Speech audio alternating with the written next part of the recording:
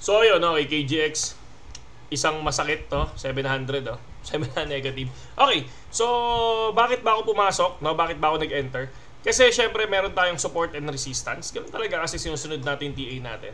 Meron tayong support and resistance dito sa area na to.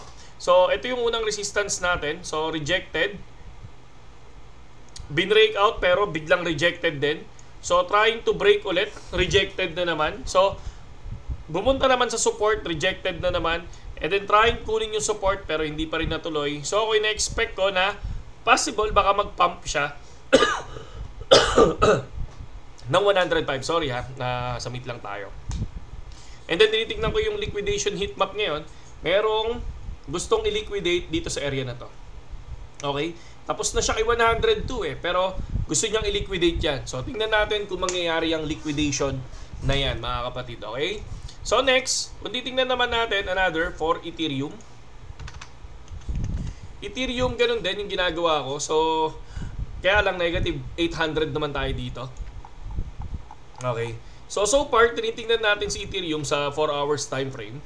So negative, rejected. Diyan siya bumagsak. And then kinuha yung support natin and then paangat siya ngayon. Expect ko na baka pumunta siya ng resistance, no? Yun lang yung expectation natin tulad ng sinabi ko, okay? So hindi siya financial advice tulad ng sabi ko, once na magka-cut loss lang naman tayo. Pero if ever, syempre, pwede na magbago yung TA natin. Yung pananaw natin, pwede tayo mag-buyback ng 2,525. Okay? So next, Pi Network. So Pi Network, negative 23%. So nandito na siya sa area natin na to. So etong mga guwit bata ko, ito yung mga nagpapump eh. Okay? So tinitingnan natin siya, malapit siya sa support na 0.77. Wala lang akong pinasok na entry, no? Pero tinitingnan ko dito, support niya 0.77 and ang resistance niya ay 1.33.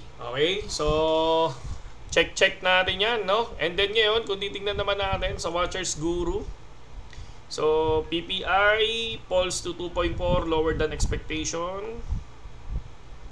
Tapos sa Cointelegraph naman, ganun din. Tapos syempre, kung titingnan naman natin yung iba, punta tayo sa home. Tingnan natin kung ano yung mga lumalabas. Whales, just bought 2.2 BTC, mababa, 226 million from Binance and Kraken 3 hours ago. So MM Crypto, so wala namang ibang news. Tingnan natin sa iba. Ay, wasak ang bata. Wasak ang bata. Okay? So wala namang ibang news ngayon, pero tulad ng ito, Whales, oh. Okay, 1 billion USDT minted at Tether, no? So dalawa yan, I think 2 billion yan, no? 2 billion yung minted, no? So tingnan natin kung anong possible na mangyari diyan. Ibibili ba nila o ano, di ba? Tulad ng sinabi ko, may mga ganong factor na kapag binili nila, lilipad. So tingnan natin kung anong mangyayari. Pero tayo, importante may support and resistance ka, mga kapatid. Okay? And then syempre sa Telegram natin, talo tayo. O let's tayo dyan, mga kapatid.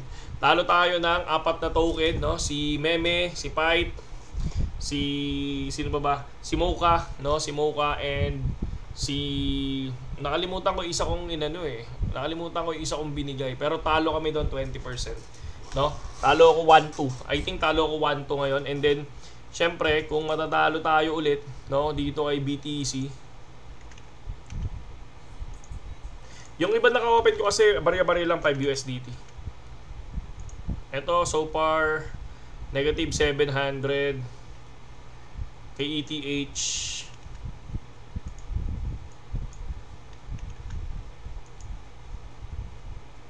₱800. So, 1.6. Okay? So, yun lang kay GX at saludo sa inyong lahat, mga kapatid.